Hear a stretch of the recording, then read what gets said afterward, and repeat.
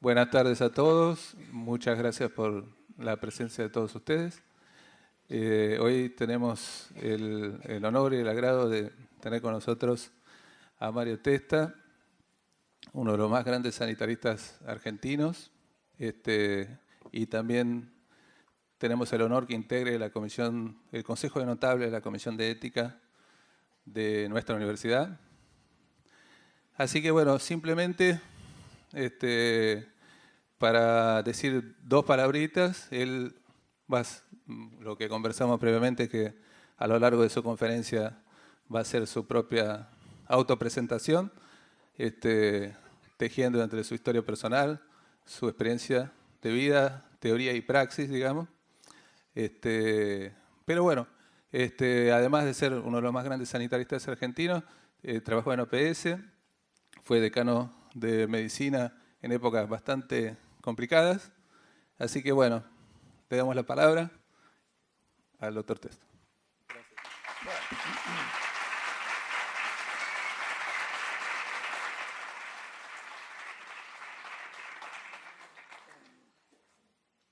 Tengo un problema ahora o varios problemas. ¿Se oye? Uno es que tengo esas luces de frente y no los veo bien y eso no me gusta. Y la segunda cosa que no me gusta es hacer conferencias. Esa me gusta menos todavía.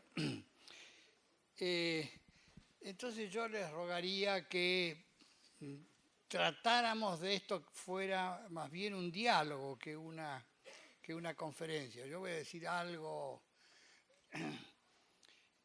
algunas cosas que se me han ocurrido en estos días, no muchas, pero me gustaría que me interrumpieran, hicieran preguntas.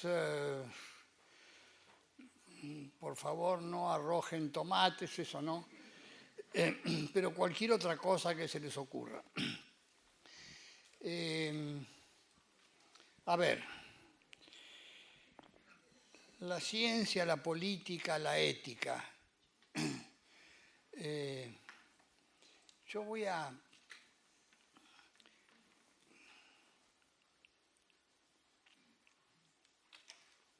referir que hace unos días estuve en la presentación de un libro que se llama Genética y Derechos Humanos, que fue compilado por Víctor Penchazade.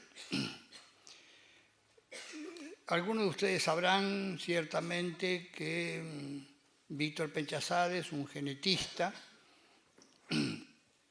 importante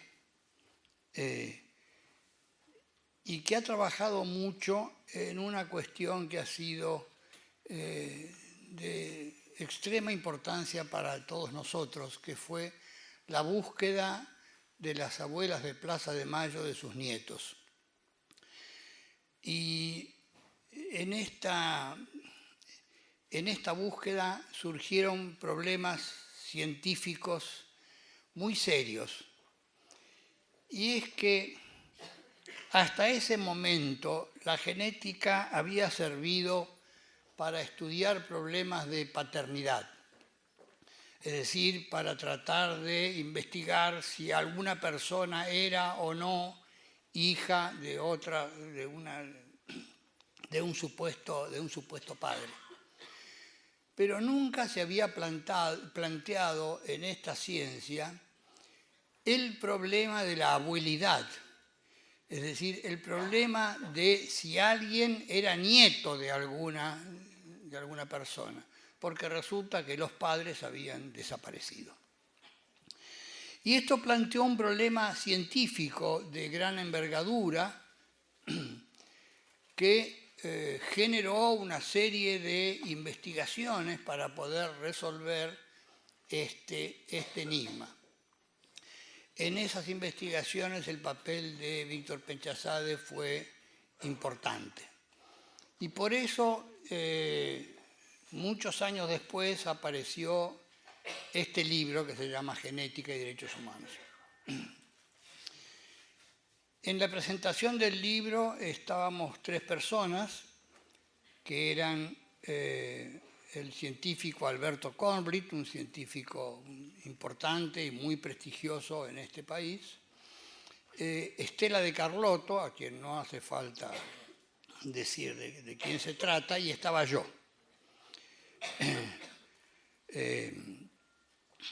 Bueno, en la presentación del libro comenzó Alberto Kornblit dando una clase de genética, una extraordinaria clase de genética, donde entonces explicó los fundamentos de esta importante ciencia.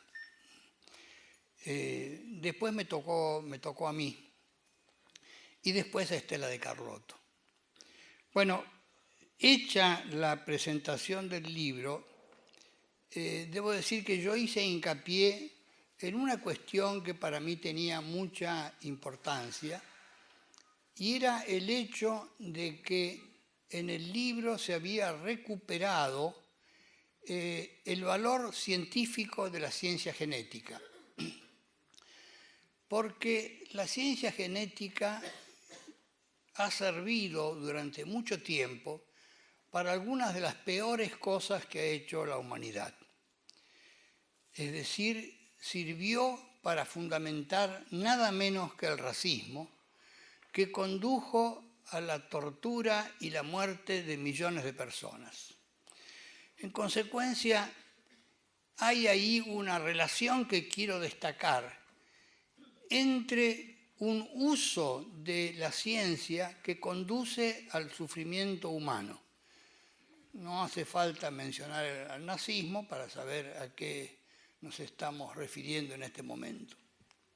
Y en el libro se muestra, en algunos de los artículos de este libro que mencioné, se muestra que la noción de raza no es una noción científica. Y cuando yo leí esto me acordé de una fórmula mnemotécnica que teníamos para acordarnos cuando era estudiante, hace mucho tiempo, ya tanto tiempo que ya me olvidé de cuándo fue. Y la fórmula era Inés Gefaor Clagrutri, que quería decir individuo, especie, género, familia, orden, clase, grupo y tipo. Estos eran los niveles de clasificación de todo lo existente con estas categorías lineanas, digamos. Y en esta serie que acabo de mencionar no figura el concepto de raza. De manera que desde antiguo se sabe que raza no es un concepto científico aplicable al estudio de las poblaciones humanas o de cualquier otro tipo. Se hacía hincapié también en este libro en mencionar otra cuestión, que era la que adjudicaba a los genes una determinación total sobre el acontecer humano o de otro tipo. Así en el libro aparece la declaración de una nieta que es recuperada en algún momento, que dice yo soy rebelde porque tengo los genes de mi mamá que era rebelde. Bueno, el libro discute esta idea de que los genes tienen esa capacidad de determinación. Yo, para reforzar este argumento, utilicé uno que me vino a la mente en ese momento y que me pareció que era muy, muy esclarecedor. Dije que cuando Pep Guardiola, ¿saben quién es Pep Guardiola? Fue, mejor dicho, el director técnico del Club Barcelona de fútbol. Y Pep Guardiola renunció después de 4 años de ser director técnico del famoso equipo del Barça. Y entonces lo que dijo fue que renunciaba porque 4 años ya era mucho para eso, que durante esos 4 años el Barça había intervenido en 14 torneos de competencia, en 19 torneos durante esos 4 años y había ganado 14. Y agregó, esto no hubiera sido posible sin Messi porque Messi tiene el gen del gol. Bueno, hubo algunas risas en el auditorio en ese momento. Y yo seguía abundando en esta línea, diciendo que hay un jugador uruguayo, se llama Daniel Forlán, que fue considerado el mejor jugador del mundo en el último campeonato mundial que se hizo en Sudáfrica. El mejor jugador de ese campeonato, digamos, ¿no? No del mundo, sino el mejor jugador que había participado en ese campeonato. Y que Diego Forlán había ganado en la selección uruguaya el campeonato de la Copa América. Y que su papá también había sido miembro de la selección de fútbol uruguaya y también había ganado la Copa América. Y resulta que su abuelo materno también había sido jugador de la selección y también había ganado la Copa América. Por eso le dije, doctor Daniel Kornblith, vamos a tener que revisar esta idea de que los genes no determinan todo. Bueno, ese fue mi aporte para tratar de hacer a través de una broma, de desmistificar esta idea. Bueno, digo estas cosas porque me parece que hay que aclarar la posición de la ciencia con respecto a todos estos temas. Y hay que aclararlos por una razón ética, pero sobre todo por cómo podemos fundamentar una ética con respecto a estos problemas. Quiero decir que la hipótesis de esta charla que estoy teniendo con ustedes ahora es que solamente una buena epistemología puede fundamentar una ética correcta. ¿Qué quiere decir esto? Que sin una buena forma de entender cómo se adquiere el conocimiento, es fácil cometer errores como los que acabo de mencionar. Es decir, es fácil cometer el error del racismo o otros tipos de errores de los cuales me voy a referir a continuación. Y quiero mencionar entonces la importancia que tiene para nosotros, estudiantes universitarios, la idea de una sólida fundamentación acerca de los raíces, los elementos básicos de nuestra ciencia. Tengo que recordar ahora la importancia que tuvo para muchos de nosotros un libro que escribió Juan Zamaja y que se llama Epistemología y Metodología. Estos dos componentes fundamentales para poder entender de qué se trata la ciencia, porque algunos científicos nos van a decir que lo que la ciencia hace es buscar la verdad y todo lo demás no importa. No es cierto,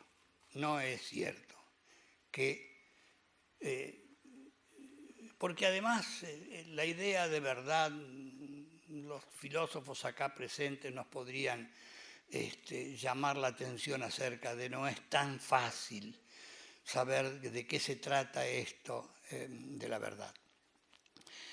En consecuencia, yo apunto a esta idea de un sólido trabajo epistemológico para fundamentar una buena ética. Creo que el ejemplo de la genética es muy claro. Creo que el ejemplo de la genética es,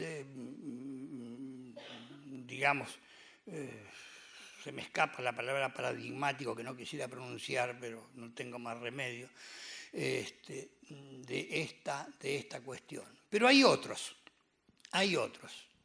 Por ejemplo, En el terreno de la economía, que es una ciencia, es que será una ciencia la economía. Bueno, aceptemos que sí, pero si uno ve lo que dicen los economistas de la economía, se va a encontrar con algunas cosas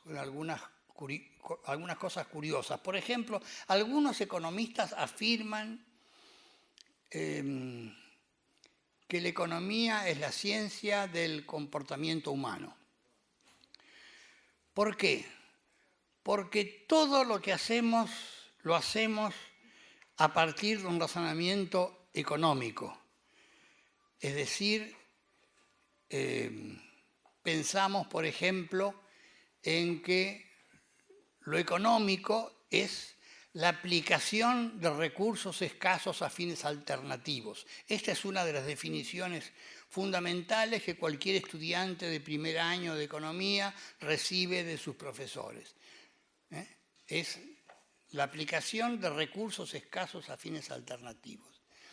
Esto quiere decir que si el dinero que tenemos siempre es escaso porque siempre queremos más cosas, podremos aplicarlos a comprar tomates o naranjas o manzanas o lechuga o tallarines. Es decir, estos son los fines alternativos, todos los cuales tienen un solo propósito, que es saciar el apetito, en fin, no morirse de hambre, etcétera, etcétera.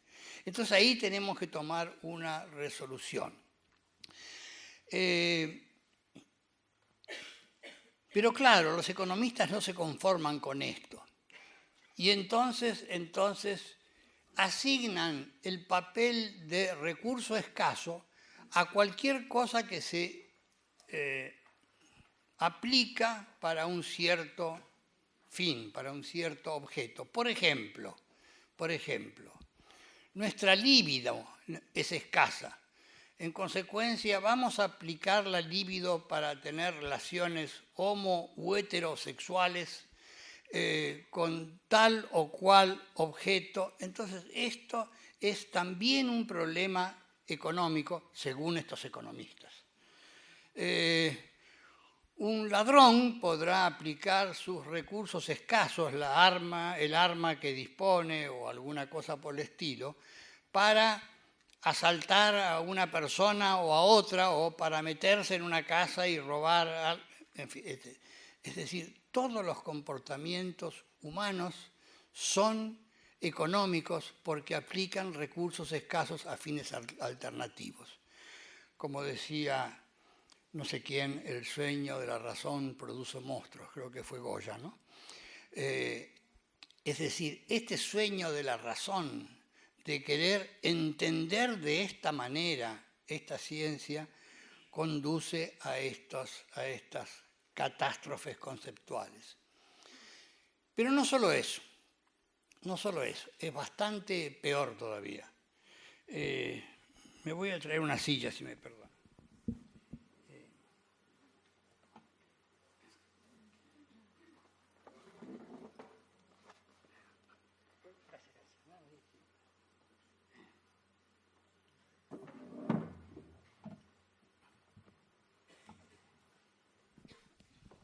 Es bastante peor, decía, y para demostrarlo se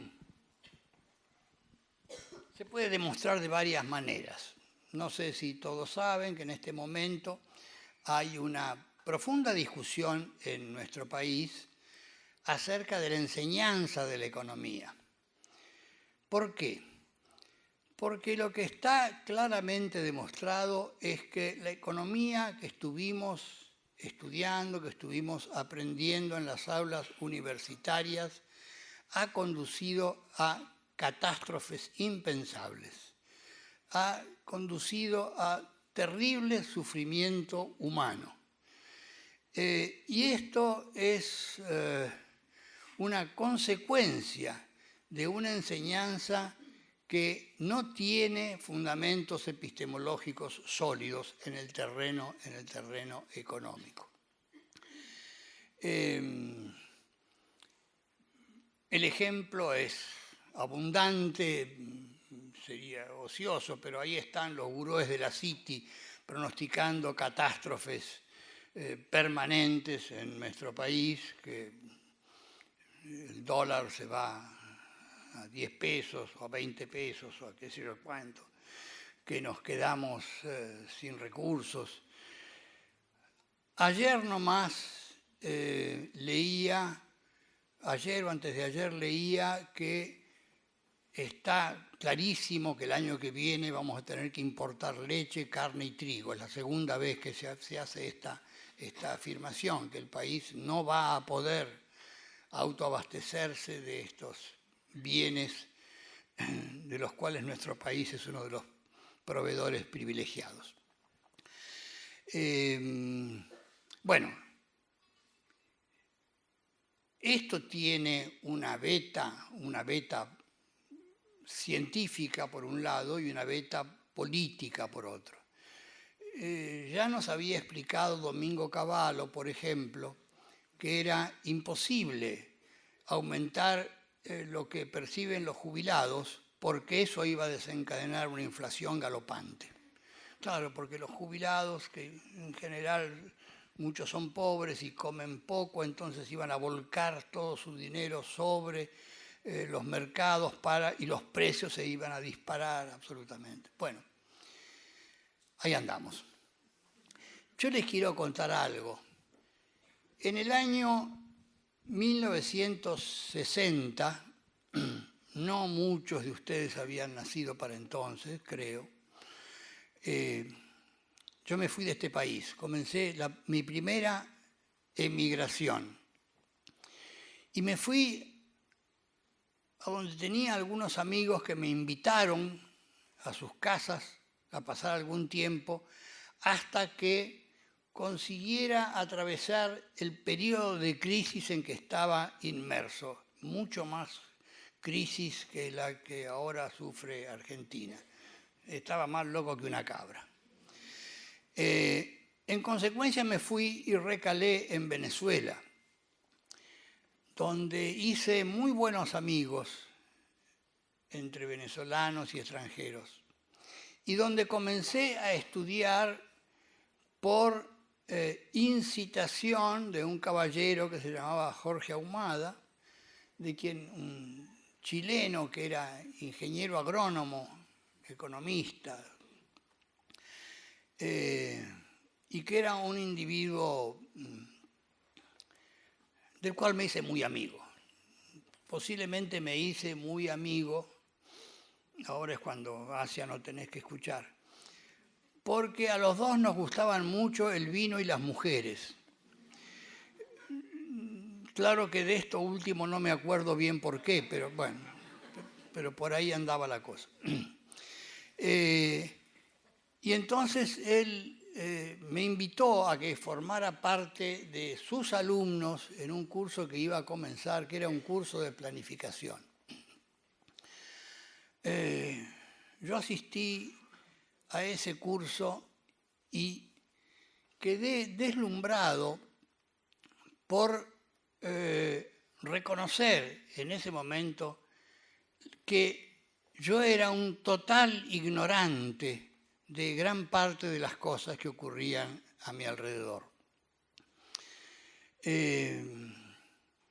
A Jorge Ahumada no se le ocurrió nada mejor que decirme, bueno, vos como sabés de salud, porque era médico, soy médico, sigo siendo todavía, creo, vos que sabés de salud te vas a encargar de preparar algún trabajo sobre cómo transformar esto de que yo hablo, que es la planificación económica, en un terreno social como es el de la salud. Muchos años después, yo me enteré que yo de salud no entendía un comino. Yo lo que entendía era de enfermedad en todo caso, pero no de salud. Pero eso fue muchos años después. Y entonces me puse a trabajar en esa cuestión. En esos trabajos tuve entre otros docentes, a uno que tuvo una gran influencia, una gran importancia, y de que también fui muy amigo, que fue Carlos Matus, el chileno Carlos Matus, fallecido hace unos años.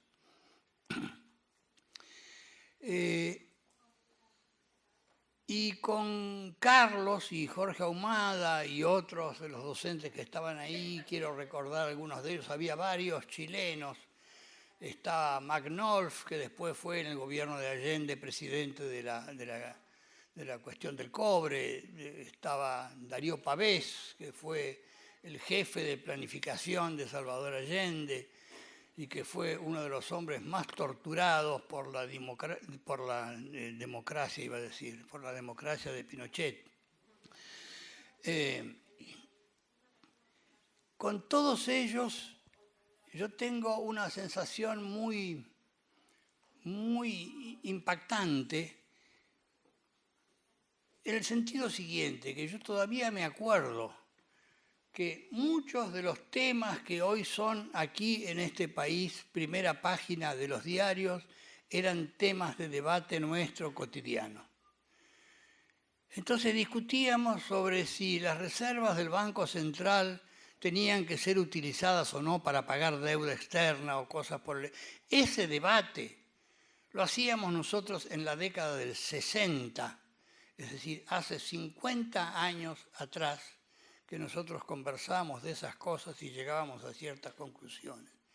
Que si el presidente del Banco Central tenía que ser totalmente independiente para poder dedicar, etcétera, etcétera, etcétera. Eso hoy está acá en primera página de los diarios. Nosotros lo discutíamos 50 años atrás. Por eso yo digo que yo creo que soy mejor economista que médico a esta altura. Tenía un amigo, cuando estuve en Estados Unidos, un norteamericano que se llamaba Peter Ruderman, que decía que yo era un qualitative economist, un economista cualitativo. No se lo tomen muy en serio, no es verdad. Bueno, pero entonces estos eran los temas que aparecían ahí. ¿Por qué? ¿Por qué atravesamos tantos años de catástrofes y de crisis y de problemas económicos cuando ya desde entonces teníamos las herramientas para entender que las cosas no eran tal como nos las presentaban estos famosos gurúes? Y la respuesta, que ahora me aparece un poquito más clara, apenas un poquito más clara, es que estamos usando una mala epistemología económica. Es que no estábamos entendiendo correctamente los fenómenos económicos. Y lo que estudiábamos eran los problemas de la tasa de interés, los problemas de la inflación, la relación oferta-demanda, etcétera, etcétera. Caí por ahí, por México en aquel momento, y me compré un librito que se hizo bastante famoso por aquella época, y ya antes y después todavía, que se llamaba El Capital, de un alemán conocido, un señor Marx. Y el asombro fue entonces encontrar en ese libro, que lo leí todo, digo, los 8 tomos que tiene el Capital, varios miles de páginas, lo tengo todavía en mi casa, en la biblioteca, está todo anotadito ahí. Y entonces descubrí que había una manera distinta de pensar los temas económicos. Y no quiero decir que me hice marxista, porque no hay que decir malas palabras, por supuesto, pero sí que ahí había algo que se nos había escapado, que se nos había perdido de vista.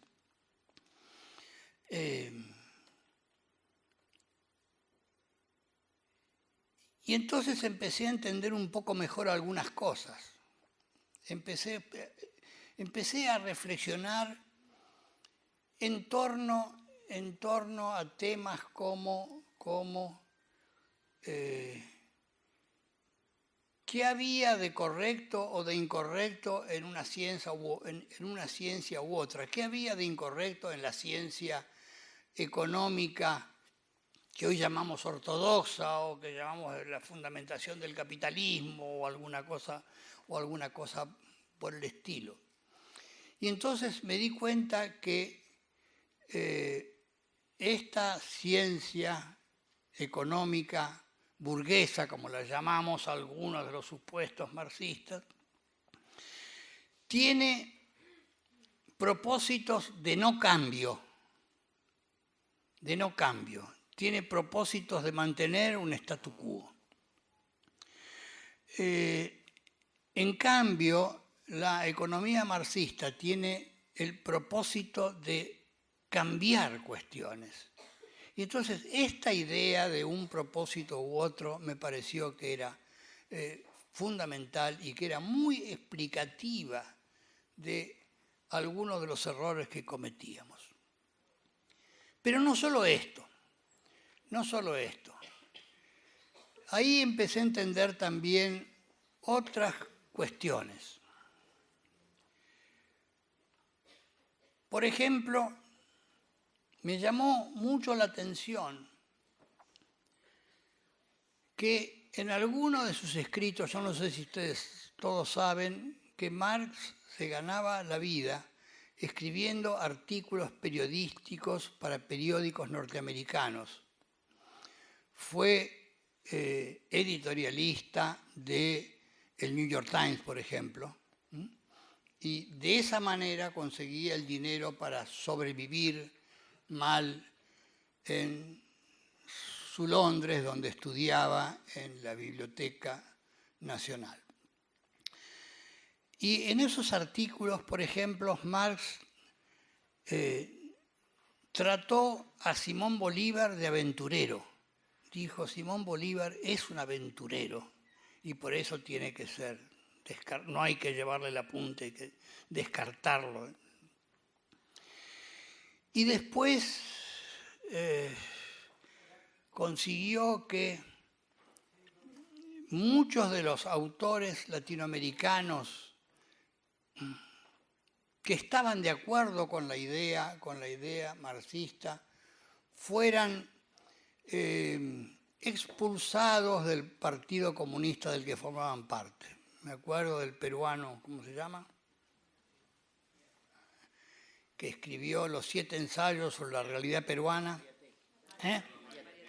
Juan Carlos Mariátegui. Juan Carlos Mariátegui fue expulsado del Partido Comunista porque se atrevió a decir que la situación de la clase obrera en Perú era distinta a la clase obrera europea. Yo leía estas cosas y decía, acá hay algo que funciona, acá hay algo que anda mal, algo que no me cierra.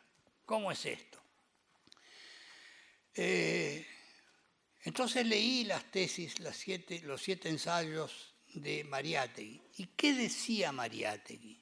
Decía que el Perú era un país que tenía muy distintas conformaciones de su sociedad, que estaba la gente del llano, estaba la gente de la selva, estaba la gente de la montaña, estaba la gente de la costa, y que cada uno de estos grupos tenía problemas propios y dificultades propias y enfrentaba las situaciones de maneras diferentes, y además que había etnias de distinto tipo, en fin, que era un mosaico enorme, una mezcla de cuestiones que no podían ser tratadas todas de la misma manera.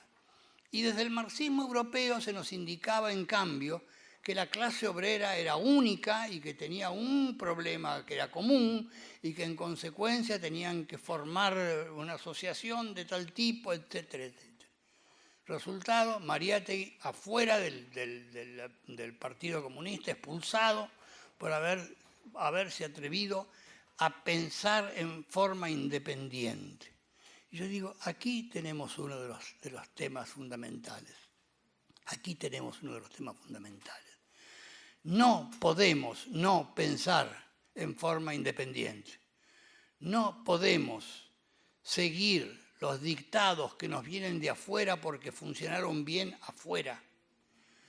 Yo no digo que no hay que leer a Habermas, pero hay que leerlo críticamente. Es decir, tenemos que leerlo contextualizando históricamente las categorías que utilizamos. A esta idea de la contextualización histórica de las categorías del análisis, yo le doy una importancia fundamental. Vuelvo ahora a explicar por qué, retornando al tema de la economía. En cierto sentido, Cavallo tenía razón.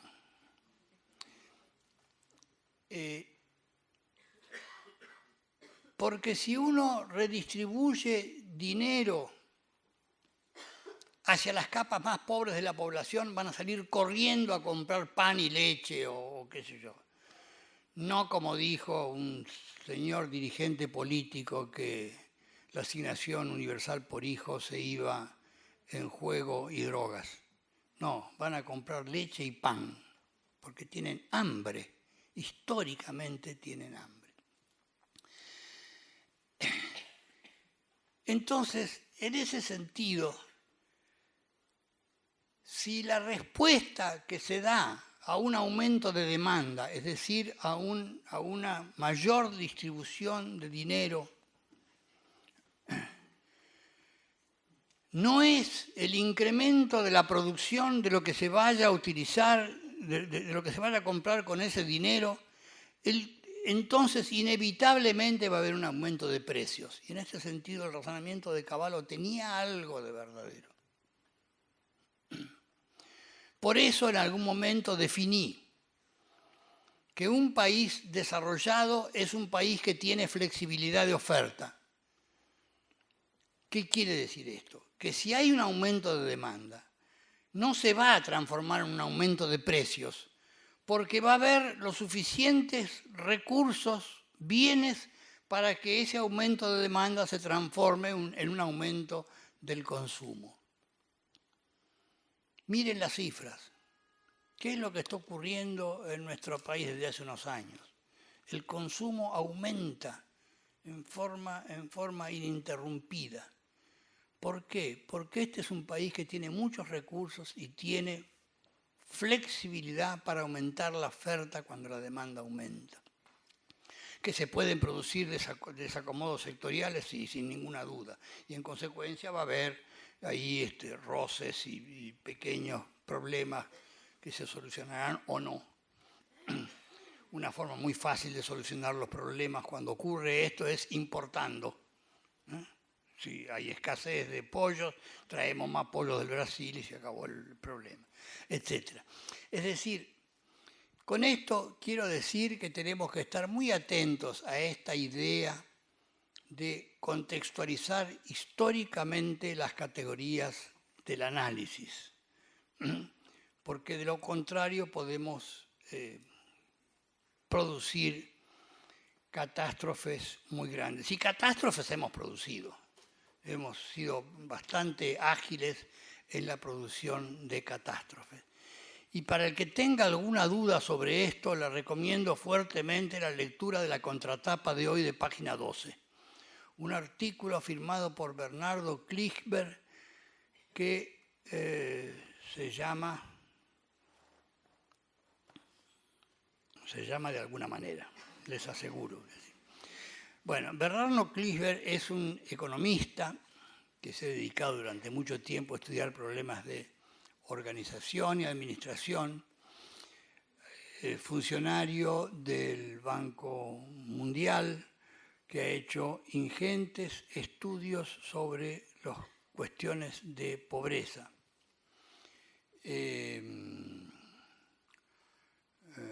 El artículo se llama Crónica de una muerte anunciada. Todavía tengo algunas arterias destapadas, no muchas, pero algunas me quedan. Crónica de una muerte anunciada, como el libro de García Márquez. Y lo que menciona acá es la situación que está transcurriendo en este momento Europa con estos temas de el ajuste feroz e indiscriminado para el salvataje de los bancos. Entonces, uno de mis otros héroes, de aquellos que discutíamos con Max North, con Carlos Matus, con Darío Pavés, todos ellos ya muertos, a mí me falta un poquito todavía, eran las ideas de John Maynard Keynes. Y John Maynard Keynes es un economista inglés de la década del 20, se casó con una bailarina rusa después de tener algunos escarceos un tanto homosexuales, se dice.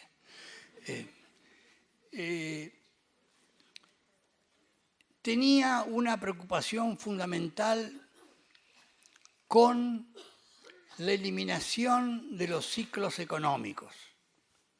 Él había estudiado, era economista, pero era un gran estadístico, había observado las estadísticas a lo largo del tiempo y había visto la existencia en las economías de lo que se llama los ciclos de Kondratiev. Los ciclos de Kondratiev son ciclos de cada 11 años, sube la economía, baja la economía, vuelve a subir, etc. Y la preocupación de Keynes era cómo hacer para eliminar las fases deprimidas del ciclo. Y la propuesta que hizo fue extraordinaria. Dijo, lo que hay que hacer para eliminar la parte deprimida del ciclo es enterrar en ciertos terrenos botellas con dinero y decirle a la gente, por ahí debe andar alguna cosa, que vayan con unas palas, saquen las botellas y obtengan el dinero de esta manera. Gracias, Hugo. Es decir, exactamente la receta inversa a la que está haciendo el Fondo Monetario Internacional en los países que están sufriendo este periodo de crisis. Por eso insisto en que una buena epistemología, y para mí una buena epistemología económica es no solo estudiar los textos clásicos de Samuelson o de Solow o tantos otros, sino también estudiar qué es lo que dicen los marxistas, qué es lo que dice Keynes, que no es un marxista.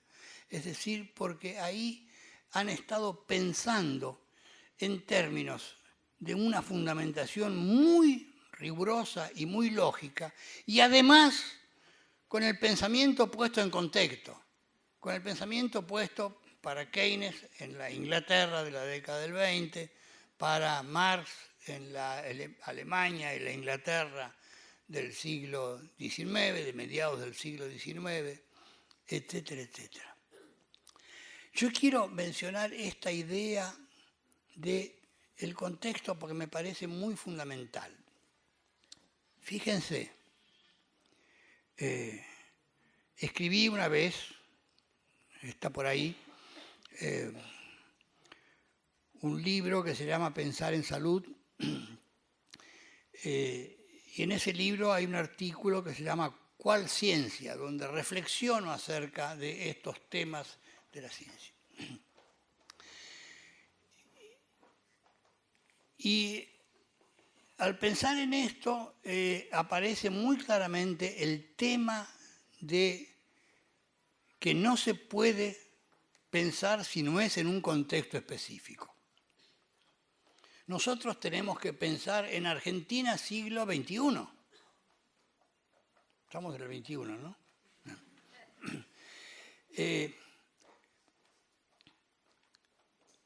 A ver, voy a poner un ejemplo.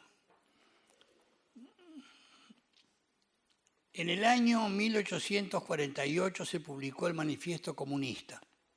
El Manifiesto Comunista, Marx y Engels definieron al Estado como el comité de administración de los intereses de la burguesía.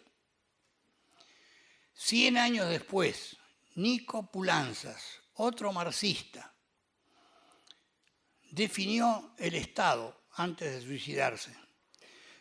Después hubiera sido difícil. como un espacio social donde confluyen, discuten, pelean, arbitran y acuerdan diferentes clases y fracciones de clase. Es decir, una definición opuesta a la que había hecho Marx, su gurú posiblemente 100 años atrás. ¿Por qué? ¿Estaba Nico Pulanzas equivocado porque había modificado la definición de Marx? No, lo que había hecho era poner la definición en contexto, porque lo que había observado es que en esos 100 años había crecido una clase obrera que en un siglo atrás estaba totalmente dominada y que ya no se podía actuar sin oír lo que la clase obrera tenía que decir. Es decir, este es el cambio, el cambio lo produce la historia. Los que somos trabajadores de salud, médicos, enfermeros, o otros bichos raros que andan por ahí, sabemos que la definición de salud ha ido cambiando a lo largo de la historia. Para los demócratas atenienses del siglo IV antes de Cristo, la definición de salud era que un obrero pudiera seguir trabajando. Para los obreros, como los esclavos no eran demócratas atenienses, eso no entraban. Pero para los demócratas atenienses la salud era equivalente a la higiene y el buen estado físico. Por eso es que los baños y los gimnasios tienen tanta importancia en la geografía y la cultura griega. Esta es la idea de contextualización de las categorías.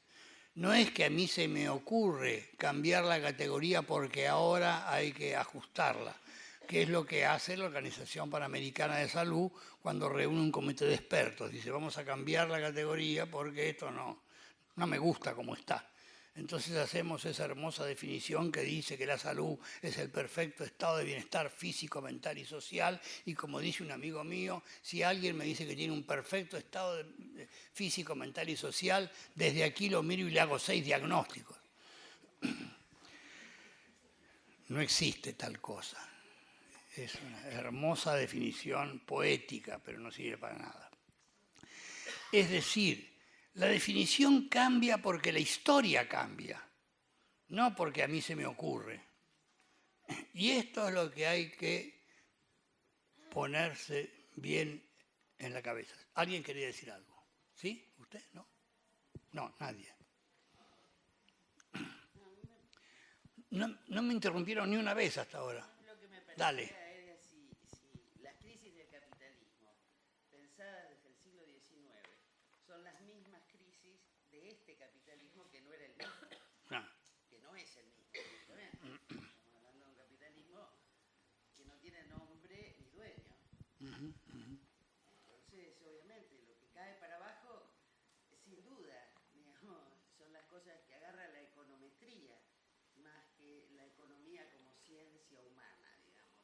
Claro. Tener al sujeto como objeto de estudio también. Claro. No me vea que la cosa esta de las conductas humanas me parece una rara. Si es la conducta humana me parece una media. ¿No te gustó esa? No.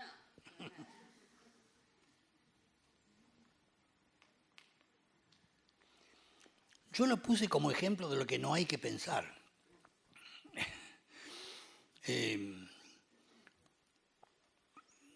Fíjense, yo decía, lo que estoy tratando de ejemplificar con estas palabras que estoy diciendo ahora es cómo sin una buena epistemología se cometen errores terribles. El sufrimiento humano que está ocurriendo ahora en el universo deriva de un error epistemológico de este tipo.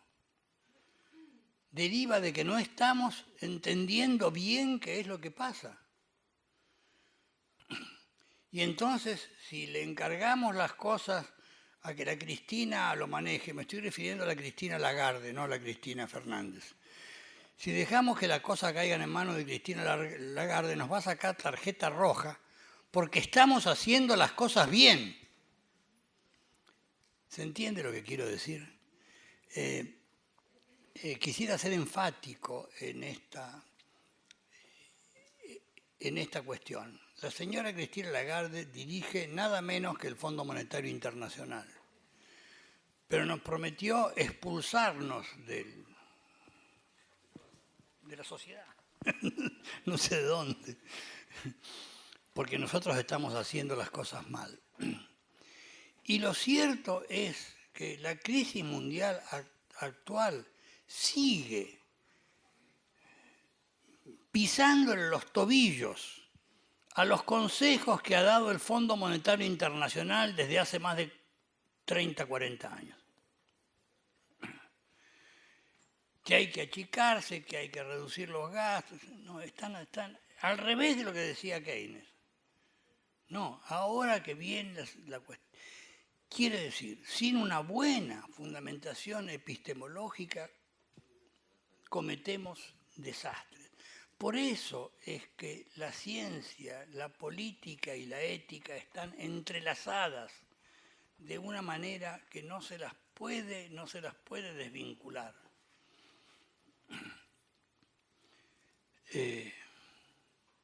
A ver, quisiera hablar de otro de los temas en el cual yo he trabajado algo, que es en el tema de la planificación. ¿Cómo empieza uno de los libros de Carlos Matus, que es uno de los que más ha aportado en el terreno de la planificación en América Latina? Empieza con un capítulo que se llama Epistemología de la planificación, porque sabe perfectamente que sin una sólida fundamentación epistemológica seguramente vamos a cometer errores. Y miren que en planificación estamos cansados de cometer errores, yo por lo menos todos. ¿Por qué? Porque no habíamos reflexionado con respecto a lo que significa una buena fundamentación epistemológica. Voy a poner un ejemplo. Yo digo, para pensar los problemas que nos enfrentamos, voy a hacer una digresión antes. Este señor que está aquí, una vez se atrevió a escribir un trabajo comparando las propuestas de planificación que hacía Carlos Matus y que yo hice en forma más o menos paralela. Y llegó a una conclusión que era que los dos planteábamos cosas muy parecidas. Y tuvo el atrevimiento de preguntarle a Rolando García por qué. No sé si todos saben quién es Rolando García. Bueno, Rolando García es un argentino que trabaja actualmente en México, que es meteorólogo de profesión, pero que tiene una muy sólida formación epistemológica que ha desarrollado junto nada menos que con Jean Piaget. Y este señor fue y le preguntó a Rolando García, ¿por qué ocurrió esto? Que estos dos tipos hicieron trabajos que tienen estos paralelismos, y lo mostraba en ese. Y entonces la respuesta de Rolando García fue, porque frente a los mismos problemas se hicieron las mismas preguntas. Es decir, esta fue la respuesta de Rolando. ¿Es así o no es así, Hugo Spinelli? Muy bien. Es decir, esto es lo que es necesario hacer, con fundamentación epistemológica clara. Y voy a decir qué quiere decir esto para mí, fundamentalmente. Yo pienso los problemas en base a dos tipos de categorías, que llamo categorías analíticas y conceptos operacionales. Y digo, cuando uno quiere pensar un problema y entenderlo, tiene que usar categorías analíticas. ¿Qué son, en mi modo de pensar las categorías analíticas. Son categorías que se abstraen de la observación de la realidad. Yo digo, observar la realidad y a partir de esa observación pensar cuáles son las categorías fundamentales de eso que estamos observando. Y que no hay algoritmos, no hay maneras de identificar las categorías analíticas, sino que éstas surgen como una especie de iluminación, un eureka, diría Arquímedes. Se mete en la bañadera, no sé si había bañaderas en la época de Arquímedes, pero bueno, supongamos que hubiera, se mete en la bañadera y dice, eureka, ¿qué es lo que había descubierto? Había descubierto que la masa de su cuerpo desplazaba la misma cantidad de masa de agua cuando se sumergía. Este es un descubrimiento fundamental que da base para una serie de consideraciones posteriores. Y recuerdo en una discusión una vez en algún lado en que estaba el negro Portantiero, y el negro Portantiero decía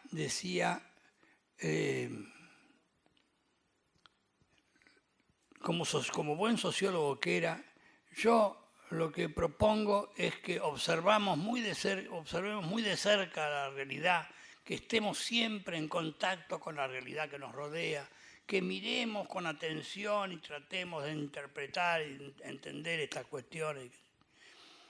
Había por ahí un economista que pertenecía a un grupo de lo que los brasileños iban a llamar después la esquerda festiva, que dijo, yo no entiendo qué es esa sensualidad de andarse frotando todo el tiempo con la realidad. Entonces el negro rápidamente dijo, prefiero esa sensualidad a la liturgia de la lectura de los libros sagrados. Alguien que estaba a mi lado dijo, ¿ves? La cosa está entre la sensualidad y la liturgia. Bueno,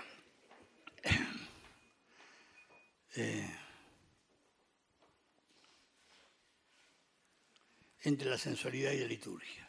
Es decir, menciono esto porque es una referencia a alguna izquierda que insiste en no querer entender lo que pasa. Siempre me consideré un militante de izquierda, pero me acuerdo la frase de Perón que decía, la única verdad es la realidad.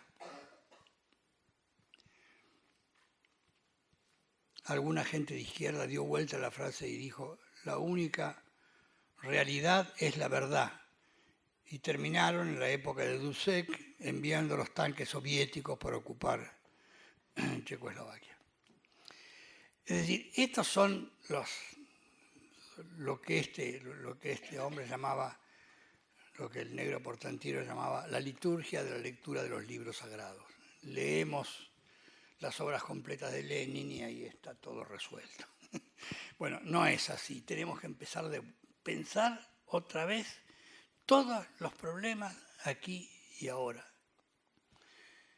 Tenemos que decidir hacer política utilizando los conocimientos científicos rigurosos en base a una buena epistemología. No tenemos que copiarnos de nadie, ni de Cristina Lagarde, ni de Stalin, ni de, ¿cómo se llama? Ni de Berlusconi, bueno, para decir algo. Mucho menos de Berlusconi, por cierto. Fuerte recomendación, lean el artículo de hoy de la contratapa de página 12 por Bernardo Klisber, esta crónica de una muerte anunciada, donde muestra cuáles son los sufrimientos humanos a los que se puede llegar con estos errores epistemológicos. Bueno, ahora ustedes. No, bueno, no sé si se escucha. No sé si se escucha. Bueno, sí. Bueno. Sí. ¿Hay otro?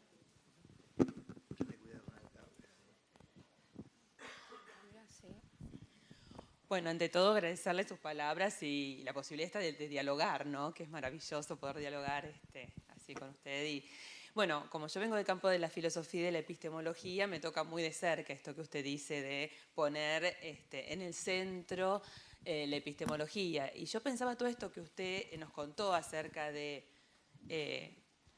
anclar en la realidad, ¿no? Porque contextualización a veces parece como una periferia, ¿no? Este centro de anclar en la realidad, en función de lo que nos convoca un poco, que es la ética de la investigación, ¿no? Que estamos aquí en función de esta comisión de ética de la investigación. ¿Cómo veía usted algunos intentos de estandarizar, universalizar la reflexión ética en torno a la investigación científica, que a mí en lo personal me preocupan, ¿no? Es decir, cómo empezar a pensar una ética de la investigación a partir de nuestros problemas, de nuestra situación, de un modo propio que elegimos para gestionar la ciencia.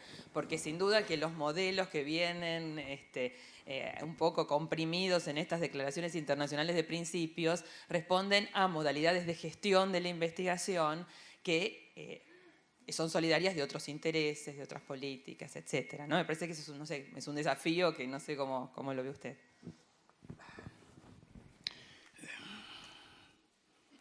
Bueno, para los que quieran seguir preguntando después, les ruego que hagan preguntas más fáciles.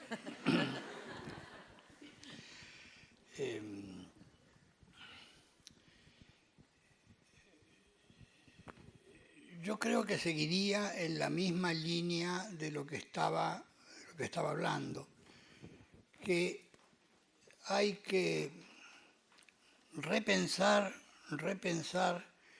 en forma autónoma. ¿Qué pasa? ¿Qué quiere decir pensar en forma autónoma? Pero hay que repensar en forma autónoma los fundamentos epistemológicos de la ciencia con la cual estamos lidiando en este momento.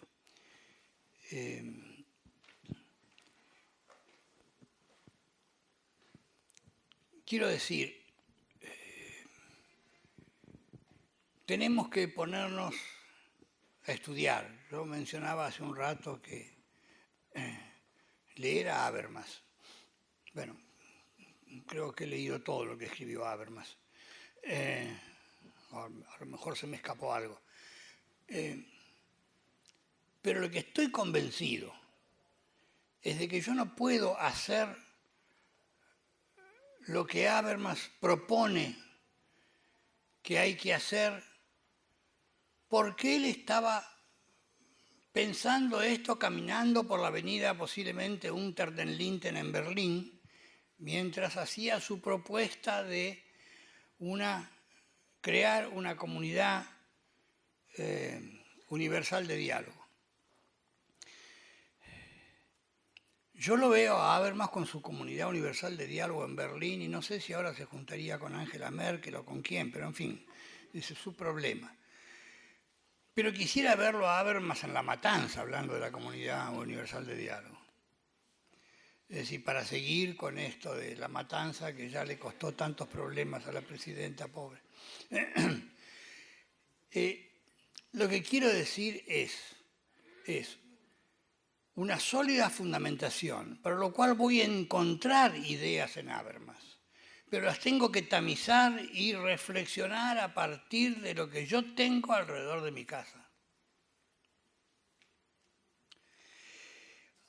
Hay un tipo,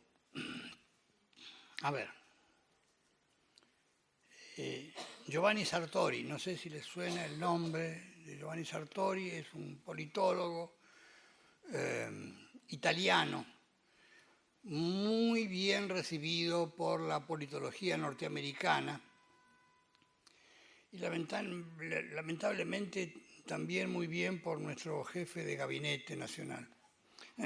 Digo lamentablemente porque me parece que la propuesta que hace Giovanni Sartori en uno de sus libros fundamentales que se llama La política es ir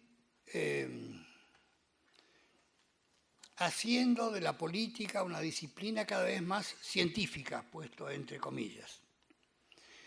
Y dice, cuando la política sea como la química, que uno sabe que si hace tal cosa resulta tal otra. Bueno, le tengo una mala noticia al señor Sartori, nunca la política va a ser como la química. Porque en la química estamos operando con objetos los cuales conocemos cada vez mejor en su materialidad. Pero conocer cada vez mejor en su materialidad a los seres humanos únicamente en la autopsia, querido. En consecuencia, ¿de qué ciencia estamos hablando? En primer lugar. Entonces, hay ciencias y ciencias. Hay ciencias sobre las cuales podemos operar mejor. En algunos de mis trabajos de planificación yo hablo de que la administración de los objetos se hace en base a una lógica que es la lógica de la materialidad. Si yo quiero conservar tomates, los tengo que enfriar o ponerlos en una heladera porque si no se me pudren. Entonces, es la materialidad del objeto la que me indica cómo tengo que administrarlo. ¿Se entiende esto? Si yo quiero reusar las sábanas de una cama, tengo que lavarlas y plancharlas, o no plancharlas, pero lavarlas por lo menos, y después guardarlas de cierta manera para poder volver a usarlas. Es la materialidad del objeto la que me indica cuál es esa lógica. Y eso me va a permitir entonces reflexionar también en torno a los principios éticos que tienen que orientar, digamos, mi función. En otros casos la cosa es más complicada. Por ejemplo, cuando se trata de seres humanos, hay una disciplina en la administración que habla mucho de recursos humanos. Alguna vez oí a alguien levantarse indignado diciendo los seres humanos no son recursos. Bueno, les tengo una noticia. Los seres humanos también somos objetos. Somos objetos, no se nos puede atravesar aunque golpeemos así, que se yo con la mano. Pues, Pero, siempre hay un pero. El problema es que los seres humanos hablan, y cuando los objetos hablan, la cosa se pone muy complicada. Este es el tema. En consecuencia, no podemos tratar a unos objetos que son esta mesa y este vaso y esta botella, igual que tratamos con las personas que están aquí. Es decir, tenemos que tomar en consideración problemas mucho más complejos, y ahí aparece el tema de la subjetividad y todas estas cuestiones tan complicadas, como bien saben mis amigos psicoanalistas. De manera que habrá que examinar cada uno de los problemas en su especificidad. Utilizar los que nos han legado los pensadores acá y en otros lugares para ver si encontramos ahí alguna orientación de cómo resolver los problemas que se nos pueden plantear. Hay en biología, en medicina, toda una cuestión sobre la experimentación que se hace con pacientes en determinadas circunstancias, y hay toda una serie de protocolos para no cometer errores. Y se habla mucho del consenso informado, tan tramposo como nunca he visto una cosa igual. Es decir, a una persona que está internada en un hospital enferma, que no puede reflexionar bien porque está gravemente enferma, y firme este papel y léalo antes porque este es el consenso informado para un experimento que vamos a hacer con usted. ¿De qué estamos hablando? Entonces, todas estas cosas tienen que ser pensadas de nuevo. Y con esto también se han cometido errores éticos, para llamarlo de alguna manera, que son en realidad canalladas infames. Esto es lo que permanentemente estamos viendo en este terreno. De manera que, insisto, la próxima pregunta que sea más fácil.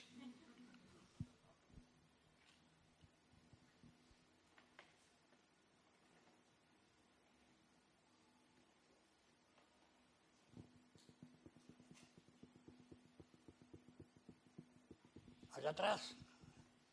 Nadie que quiera... Bueno, si quieren tirar un tomate de él, de total, a esta altura. A mí se me ocurría, ¿no? Qué difícil es pensar con cabeza propia. Después de todo lo que tuvo que pasar la Argentina, ¿no? O sea, mucha gente ha muerto por pensar con cabeza propia. Entonces, por ahí hay un replanteo para hacerse, que trasciende, creo, cualquier ciencia, ¿no? En cuanto a la ciencia económica, creo que se debieran abocar más en hacer la torta más grande, no más chica para algunos. Me parece, digo, para poder repartir.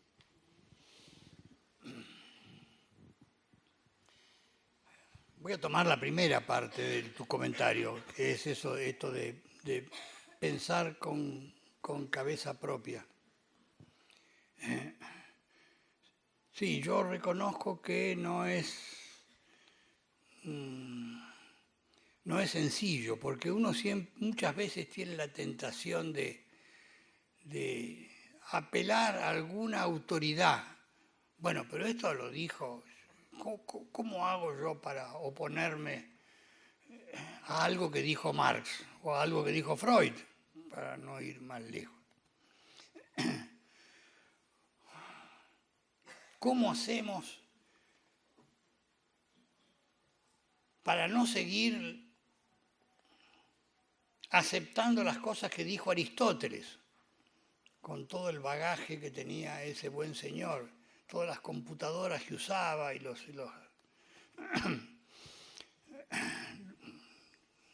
internet que consultaba, etc.? Hay que hacer un esfuerzo. Hay que ser valiente, hay que atreverse. Yo diría que hay que atreverse. Yo muchas veces, bueno, durante mucho tiempo fui docente, sigo siendo de alguna manera,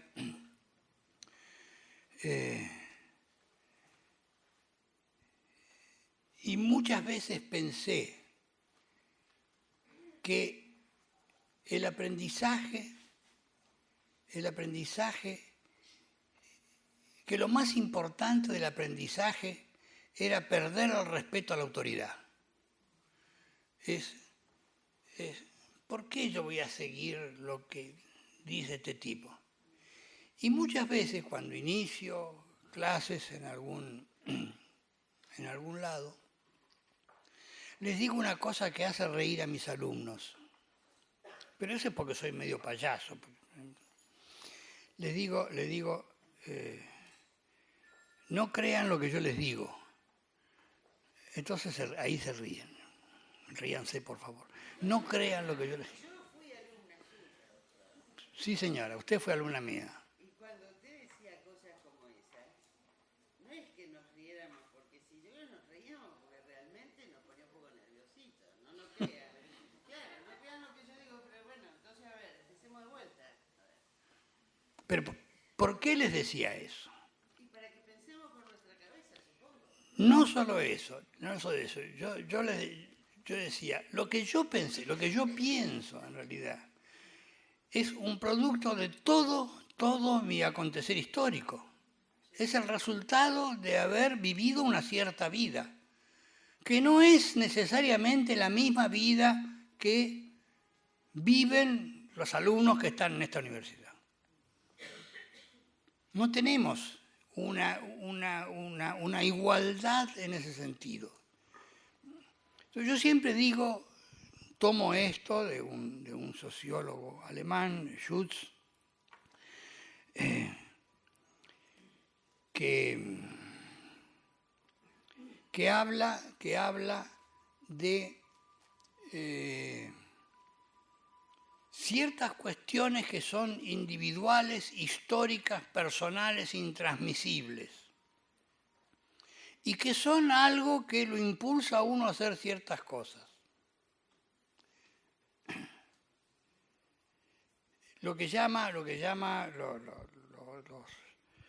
Las razones por las cuales uno es como es. Y yo siempre pongo el ejemplo de que mi intención de cambiar cosas en la sociedad viene de un recuerdo de este tipo, de un recuerdo histórico. Cuando se juntaban en mi casa, acá en la calle Brasil y Luca, toda mi familia, que era una familia extendida en esa época, estoy hablando del año 1932, por ejemplo, se juntaban los domingos a comer los ravioles que había amasado mi abuelo, que era veterinario, pero era un cocinero excelente. Se levantaba a las 5 de la mañana para amasar la pasta, no había las fiderías que hay ahora en Buenos Aires. Entonces había que hacer los ravioles. Y se pasaba varias horas amasando, ahí cortando, cocinando, etcétera, hasta que al mediodía se servían los ravioles. Todos los domingos. Venía la familia íntima éramos 30, 40, qué sé yo, chiquita. No había ninguno que no fuera testa, y estaban todos testas. Después del almuerzo, mis tíos, tenía 8 tíos, 3 tías y 5 tíos. Bueno, mi papá estaba entre los 5. Los hombres se ponían a jugar a las cartas y jugaban según cuántas personas había. Si eran 3, jugaban a la calabresela, se llamaba. Si eran 4, al 3-7, y si eran 5, al chinquín. Pero esto no es importante. Eran juegos napolitanos, de la zona donde ellos originalmente habían sido. Y era una especie de parecido al juego del tute, si alguien conoce esa obsolescencia. Pero lo que era importante es que en algún momento mi tío mayor, que se llamaba Mario como yo, se sentaba al piano, había un piano en la sala donde estábamos, empezaba a tocar el piano y a cantar. Lo que cantaban en general era Hijos del Pueblo, no sé si lo conocen. Hijo del pueblo, te oprime en cadenas y esta injusticia no puede seguir. Si tu existencia es un mundo de pena, antes que esclavo, prefiero morir. Esto era siempre así. O a veces se cantaba la Internacional. Arriba los pobres del mundo. Es decir, eran todos socialistas en aquella época del socialismo de Américo Violdi, a quien Dios perdone. Y después se conversaba sobre algún episodio histórico que había ocurrido, qué sé yo, que ahí decían. Y en este momento no se pudo hacer la revolución social porque no estaban dadas las condiciones. Siempre terminaba así la cosa. Y eso me quedó a mí en el hipotálamo.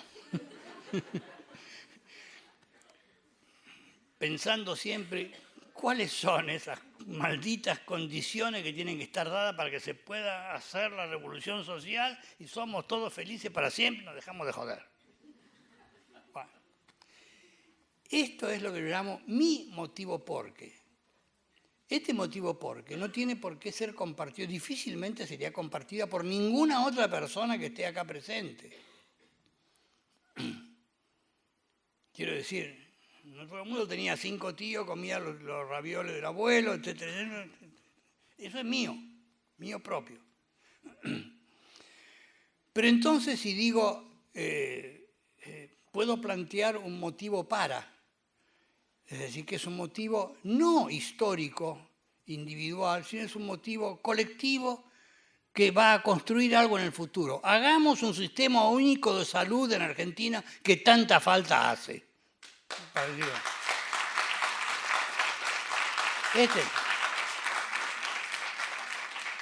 Este es el motivo para. Ahí nos podemos poner rápidamente de acuerdo, muchos de nosotros, con motivos porque diferentes, pero con motivos para comunes.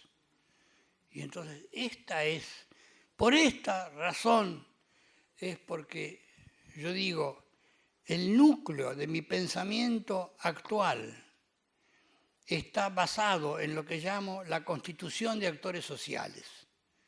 Cómo nos conformamos, cómo nos constituimos como un actor social que logre hacer que funcione, que se promueva, que se sancione y que funcione este sistema único de salud, que es lo único que ha arrancado aplausos en este salón hoy.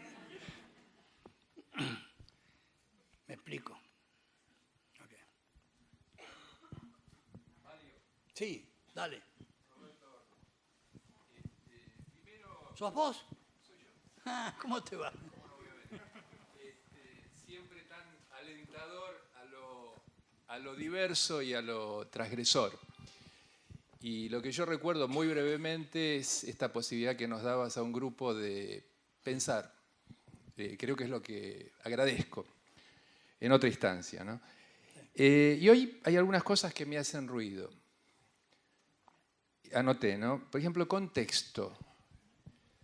Es una categoría que yo siento que es remendona, o sea, que es vaga, que es diversa. Estoy advertido también de lo que nos machacó Hugo a propósito de la ceguera situacional, o sea, el tipo que no sabe, tipo como Colón, cree que está en la India y en realidad está en otro continente. Estoy advertido de esto.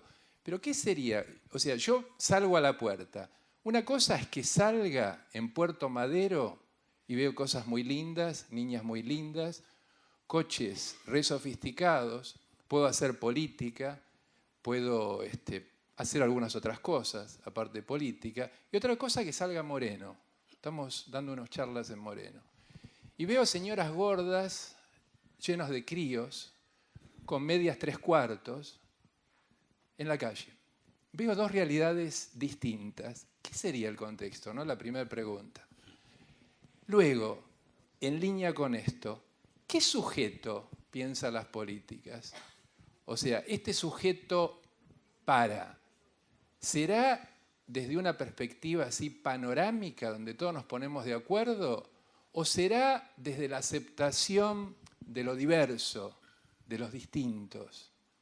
En esas zonas grises, ahí donde está el Vietcong, digamos, donde nadie se quiere meter, donde está desmilitarizado, que no es una zona espacial, geográfica, no es ni Puerto Madero ni Moreno, es precisamente la posibilidad de establecer otro tipo de vinculaciones.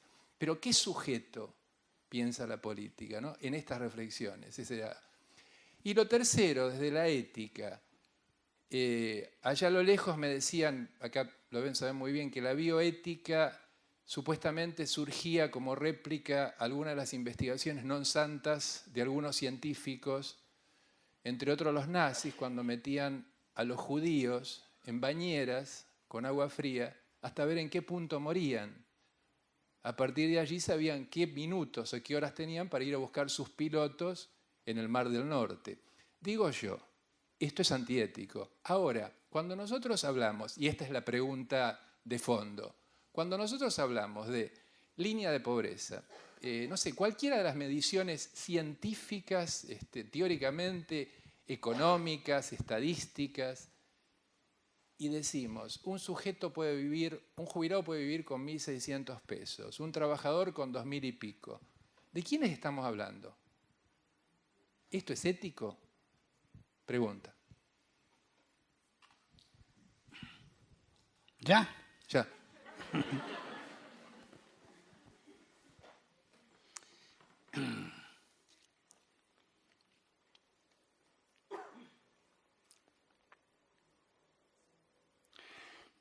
El contexto.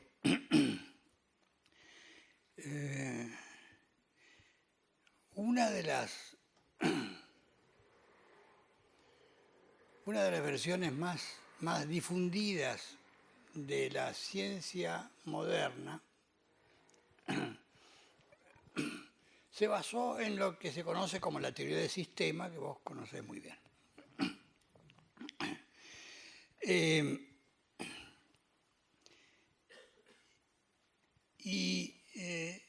La idea de sistema es la idea de aislar algo del resto de la realidad.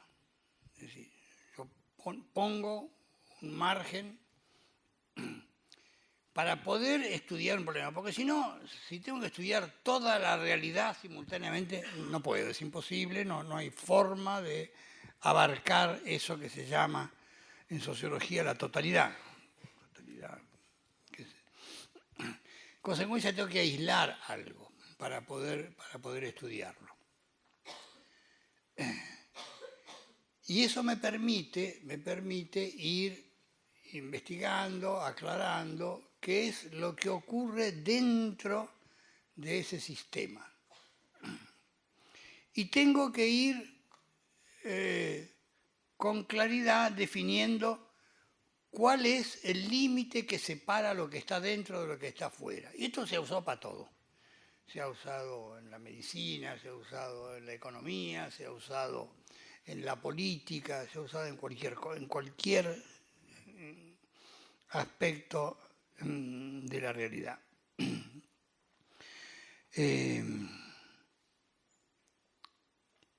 Y en base a esto se han hecho progresos muy grandes, digamos, las máquinas diseñadas con este pensamiento funcionan efectivamente. Es más, el cohete llega a la Luna, se baja el señor, planta la bandera, etcétera, etcétera, hace todas estas cuestiones. Es decir, eso funciona. Por esto es que tanto Carlos Matus como yo, estudiando reflexionando en torno a esta cuestión, definimos de una manera parecida, señalada por este individuo que tengo acá al frente, la distinta complejidad de los problemas. Carlos Matus hablaba de problemas bien estructurados, semiestructurados y mal estructurados, haciendo una clasificación tricotómica. Yo hablaba de problemas complejos o simples y bien definidos o mal definidos. Usaba una clasificación en 4 categorías, no en 3 como Matus. Y decía, los problemas simples, bien definidos, son que tienen muy pocas variables y se conoce bien cuál es la relación que las liga. Espacio igual a velocidad por tiempo es uno de esos problemas simples, bien definidos. Una ecuación analítica como esa resuelve el problema de espacio igual a velocidad por tiempo. Siempre que la velocidad sea uniforme. Después vienen los problemas simples bien definidos. El teorema de incertidumbre de Heisenberg es uno de esos problemas simples bien definidos. Es decir, son muy pocas variables, pero la resolución tiene que ser dada a través de una ecuación probabilística, no analítica como la anterior, porque no está claro cómo se define la posición y la velocidad de una partícula elemental, etcétera, etcétera, etcétera. Después vienen los problemas complejos bien definidos. El cohete a la Luna es un problema complejo, muchísimas variables, miles, millones tal vez. Pero la relación que las liga se las conoce bastante bien. Y entonces puedo largar el cohete y llega. Complejos mal definidos. ¿Cómo serían estos? Cualquier problema social. Entonces, acá las condiciones de contexto son fundamentales. En todos los otros yo puedo decir, el sistema es tal cosa y lo que está afuera por ahora no me importa. Acá no puedo. Cualquier problema social, la educación, la salud, la vivienda, el trabajo, etcétera. Cualquier problema social es un problema complejo y mal definido o mal estructurado en la terminología de Carlos Matus. Y acá tengo que agarrarme la cabeza y decir, a ver, ¿cómo voy a pensar esta cuestión? ¿Voy a incluir en el contexto tal cosa o no lo voy a incluir? ¿Lo voy a dejar de lado? Etc.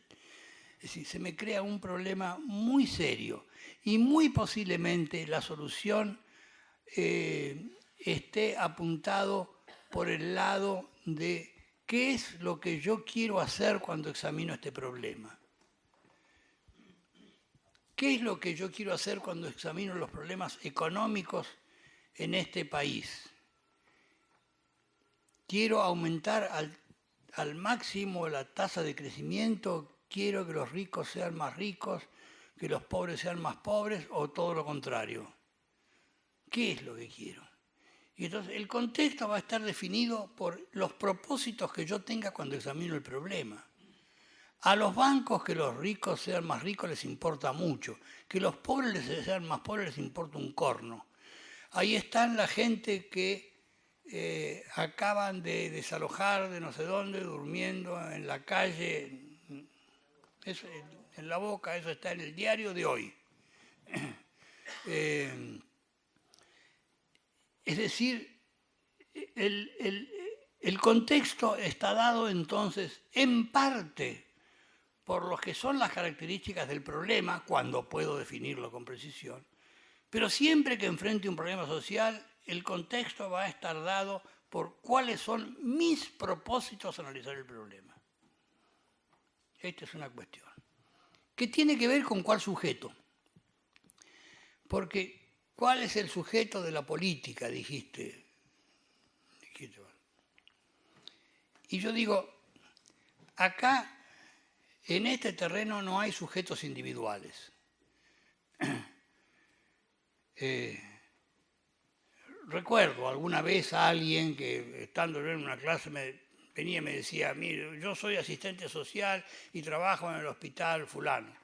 Y resulta que viene una señora con 3 chicos que el marido la abandonó, que no tiene trabajo, no tiene para comer y vive en una villa y qué sé yo. ¿Qué hago? Y yo qué sé. No tengo una respuesta para darle, no puedo dar una respuesta. Es decir, la primera cuestión que nosotros tenemos que asumir es que hay problemas que ahora no tienen solución y que van a significar sufrimiento humano. Y asumir que esto es... Ahora, ¿qué es lo que yo sí puedo hacer? Yo sí puedo, lo que sí puedo hacer es pensar que para resolver ese problema yo tengo que lograr la constitución de un sujeto social, no un sujeto individual, un sujeto social que tenga la suficiente fuerza y poder para plantear ese problema en la agenda de debate del Estado. Muy clarito. Muy clarito. Cuando las madres de Plaza de Mayo se miraron la cara, dando vueltas alrededor de la pirámide, en sus primeras épocas, fueron tratadas de locas. Y no les pegaron porque ni siquiera valía la pena pegarles. Algunas le pegaron, sí. Pero lo que fueron construyendo, la forma en que se fueron constituyendo como uno de los sujetos sociales más importantes de este país en toda su historia, es lo que le dio la capacidad para introducir importantísimos temas de debate en la agenda del Estado, como el que mencioné iniciando esta charla hace ya no sé cuánto tiempo. Es decir, se constituyeron como un sujeto social.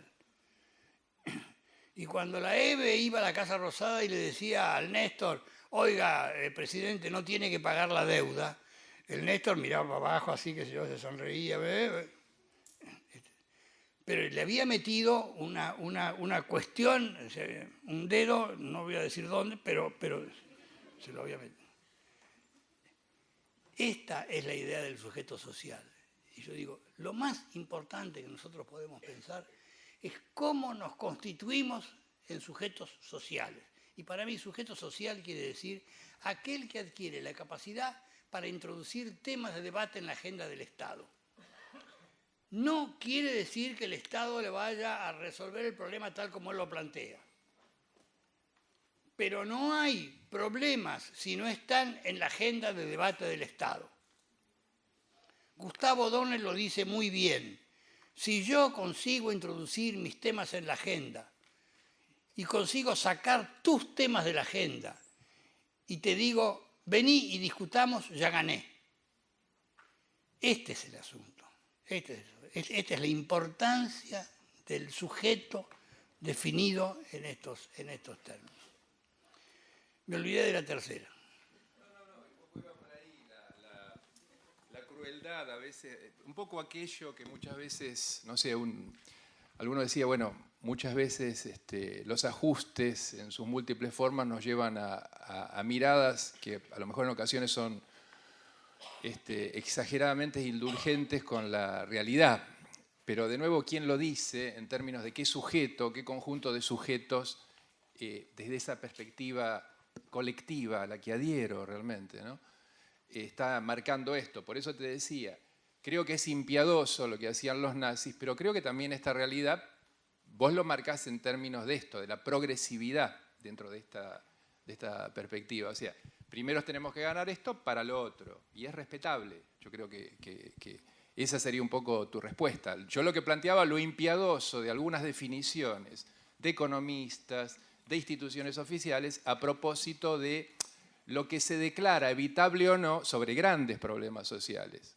A esto me refería. Por eso te decía, de repente, los índices de pobreza, toda una cantidad de cosas que están en la realidad. Creo que tu respuesta venía a cuento de eso. Bueno, por ahora lo que necesitamos es tratar de juntar poder, al menos hasta lo que entiendo, en miras de poder enfrentar estos otros problemas, ¿no? que siguen siendo acuciantes y graves y que están dentro de la situación de nuestro contexto, ¿no? Lo que pasa que, bueno, que a la vez la realidad también nos lleva a segmentar cosas.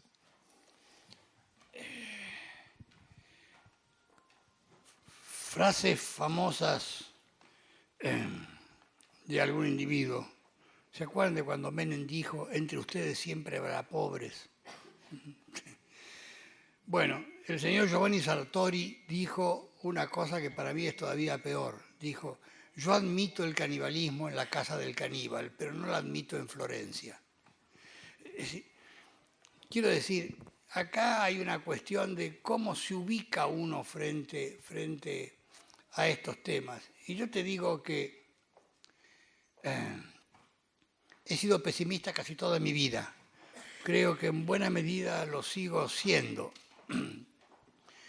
Pero, la visión impensada para mí de miles de jóvenes que en este momento están insurgiendo, diría, en la política, es alentadora. Y digo insurgiendo si esto me lleva a otra reflexión, que espero que sea la última, por lo menos de mi parte, y es acerca de qué significa esto de la insurgencia. El recuerdo es que en una oportunidad estaba en México, en Chiapas, el subcomandante Marcos, dando instrucción de orden cerrado a un grupo de sus militantes. Había un grupo de mujeres, un grupo de hombres. Y ustedes saben que en el orden cerrado, bueno, no sé si lo saben, pero si no se los cuento. En algún momento el que comanda el orden cerrado hace una pregunta o hace una exhortación y entonces los que están ahí responden de cierta manera. Una que era frecuente cuando yo hice el servicio militar. Subordinación y valor para defender a la patria, habría que contestar, ¿no? Esto era. En esta oportunidad el subcomandante Marcos hace una de esas preguntas. Dice, ¿qué son ustedes? La respuesta era insurgentes. Pero la compañía de mujeres contestó insurgentas. ¿Cómo? Dijo. Entonces, otra vez, ¿qué son ustedes? Insurgentas, contestan las mujeres. Entonces el comandante se pone un poco nervioso, licencia a la compañía de hombres, se queda con las mujeres y sigue con el orden cerrado, cuerpo a tierra, carrera a mar, qué sé yo, todas esas cosas. Y al final, otra vez, ¿qué son ustedes? Insurgentas, contestan las mujeres. Bueno, ahora las mujeres contestan insurgentas en en el grupo del subcomandante Marcos. No tiene mucho que ver, ¿no? Pero queda lindo.